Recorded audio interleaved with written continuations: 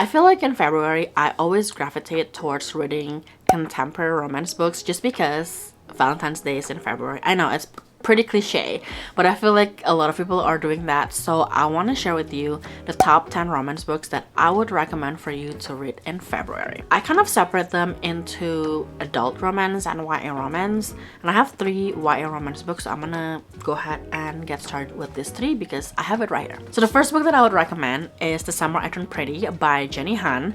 I know this is technically a summer romance book, but I feel like if you live in a cold and snowy place, you might want to pick up maybe a summer romance book to kind of escape the wintry environment that you live in. But anyways, if you have never heard of this book series before, I feel like everybody had heard about it.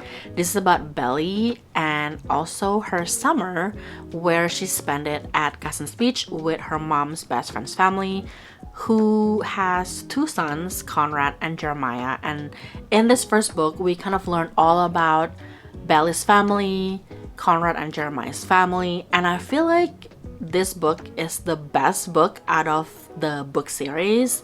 And I think it's just because this is where everything started, and I don't know why, but I just love that this book doesn't only have the struggles, I don't know if it's a struggle, but like the story from the kid's point of view. It also has the story not really from the parents' point of view, but what Belly's think about the parents. And I just feel like that is the reason why we as adults still enjoy the book, because we're not only learning about Belly's and like her summer romances, but we also learn about the adults in this whole kind of like universe. So I do love that, and I would highly recommend this for your February reads. The next book that I would recommend for your February reads is XOXO by XEO. This book is so cute. All I can remember from reading this book is that I feel happy all the time. I didn't really tear up or anything like that. I'm pretty sure there are some sad section of the story of this book, but it wasn't that bad, I guess, in my opinion. And also, if you love K-pop idol, K-pop trainee, and just Korean drama, kind of like in general, I think you would love this book so much, because our main characters basically go to this boarding school in Korea, and most of the students in this boarding school actually is training for either becoming like a K-pop artist or K-pop group, or training to become eventually an actor or an actress. So I just think it's really cute, and like I said, it is one of the happiest book I read in 2025, and I just fell in love with XCO's writing style. I think she's only been writing YA romance and YA fantasy, and I cannot wait until the day she finally write an adult romance, because I think she's gonna do really well in that genre. Last but not least in my YA romance section is Fake Skating by Lynn Painter. This is actually an art copy that I got from Simon & Schuster. This book was published in September of last year. This is actually would be the perfect one to read in February because it's still winter, and this book has winter all over it because the main character, Alec, is actually a hockey star in this small town. Danny is his childhood best friend. Their moms are best friends. The moms went to the same school in this town, and they always spend summer together. Danny's dad is actually in the military, so she moves around a lot. It's hard for her to be friends with the same group of friends because I think after every few years she has to move because her dad is ordered to move into a different station. But I think in the beginning of their senior year of high school, Danny's parents decided to get a divorce and her mom decided to move back to this town, and Danny can finally have a little bit more of like a stable environment where she would stay for the whole year and hopefully can make friends. I just love this book because the characters here are very mature. I didn't think that I was too old to read this book, and I just love the found family vibe in here, and also the fact that Alec and Danny used to be friends. They kind of lost contact, so when Danny moved permanently to this small town, they were trying to ease back into their friendship, but then of course it becomes more than just friendship. Now we're gonna transition into the adult romance books that I have for you. I have 7, and the first one is going to be The Rom-Comers by Catherine Center. I feel like Catherine Center is just best at what she does. Every time I pick up her book, I just feel like I could read this book all the way through in one sitting. I just love her writing style. I love her characters, and I also love that her characters always have a very interesting job. This book is about Emma and Charlie. Emma is a aspiring screenwriter. She has been writing ever since she can remember, but she has really nothing to show because she doesn't really have like a published anything. And she actually been offered a job to work with Charlie Yates, who is this famous screenwriter from Hollywood, and he's actually one of her idols.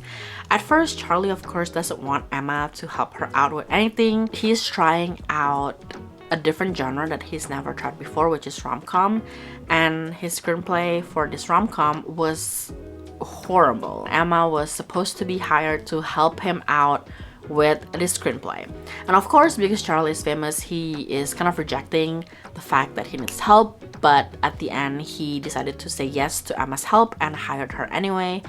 And the story goes from there. All of her books, I feel like, always have this third act, not really like a conflict, but just like a third act plot twist. And this one also has one very interesting plot twist in my opinion. You have to read the book to find out what that is. So the next book that I have to recommend for you to read in February is Love is a War Song by Danica Nava. This is basically about Avery, who is this famous pop singer. She is Native American, but she feels like all of her life she never really know about her root as a Native American woman, because she feels like her mom plucked her out of the Native American community from when she was just a child, and she never really went back until now. She did something horrible and her mom decided that she has to hide, and she was sent to, I believe, her grandma's ranch in Oklahoma. And of course, she doesn't really know anything about the culture, about her grandma even, but someone from her grandma's ranch, I think his name was Lucas, decided to help her, guide her, and show her what it means to be Native American.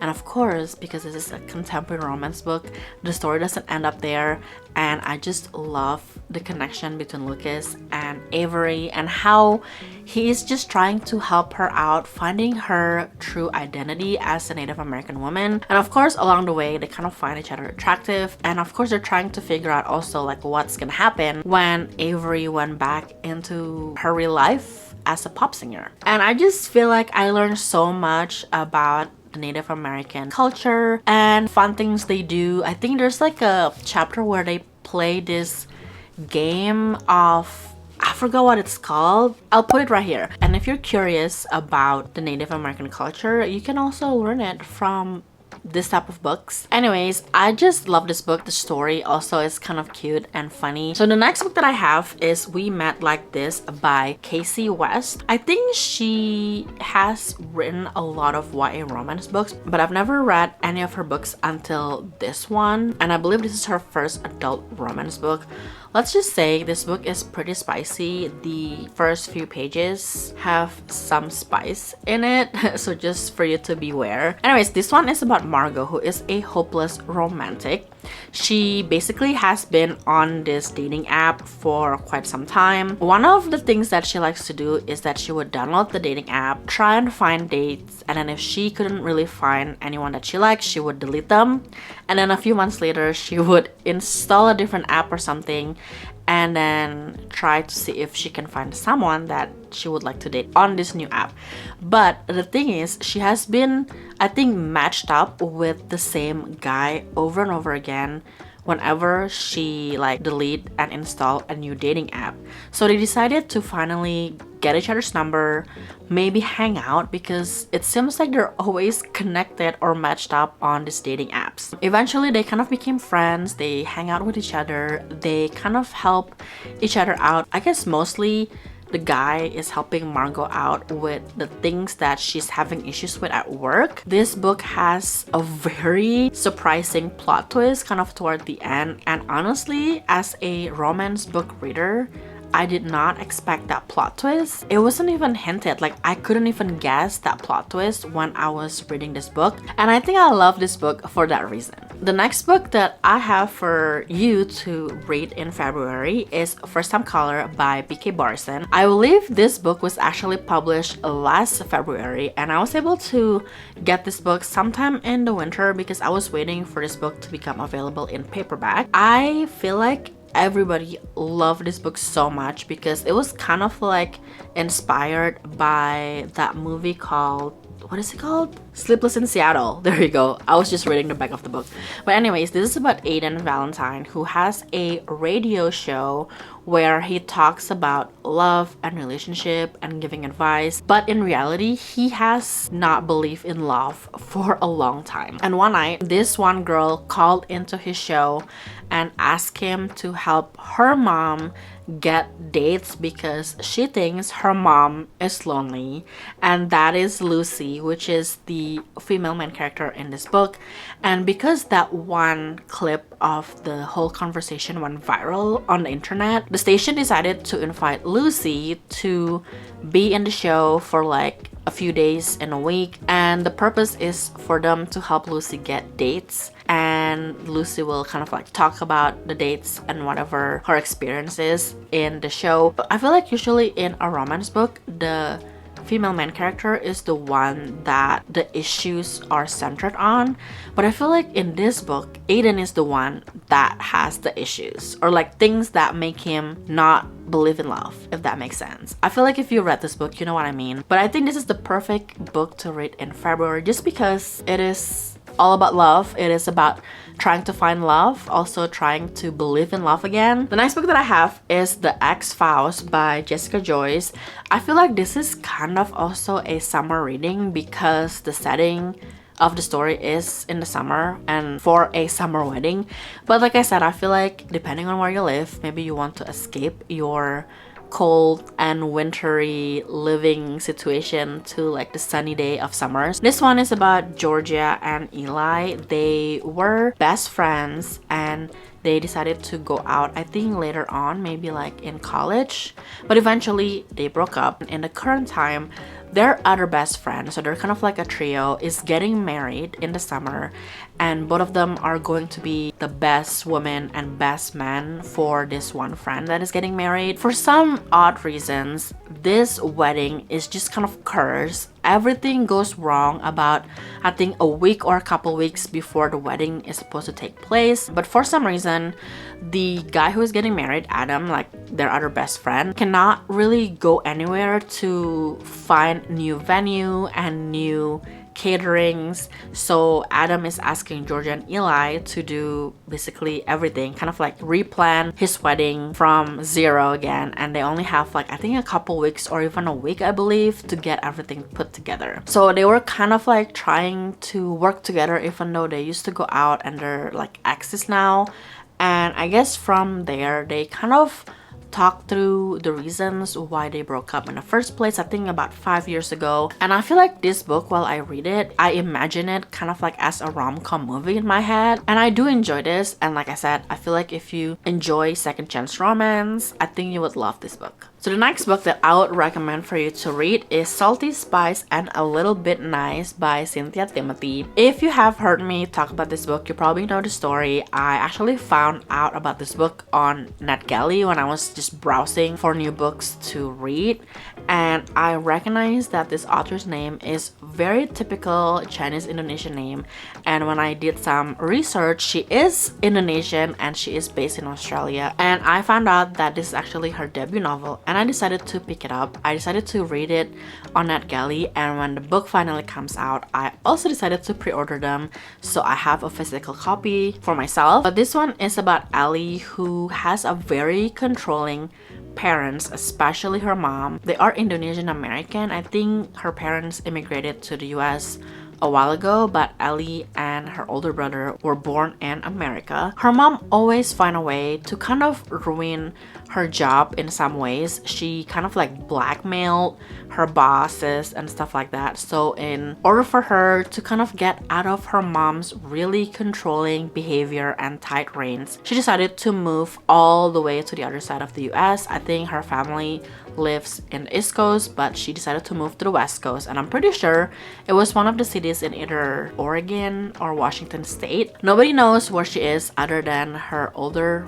brother, and her older brother actually asked his best friend who lives in the new city that Ellie is moving to help her out, and they both kind of had a history from a few years back. And of course, Ellie at first doesn't want him to help her, but she decided to say yes because there are things that went wrong when she decided to open her own business. And I guess what is his name? Alec is the one that she knows in this small town, so she decided to say yes to his help. If you are looking into a very swoony and cute romance book, I would highly recommend this book.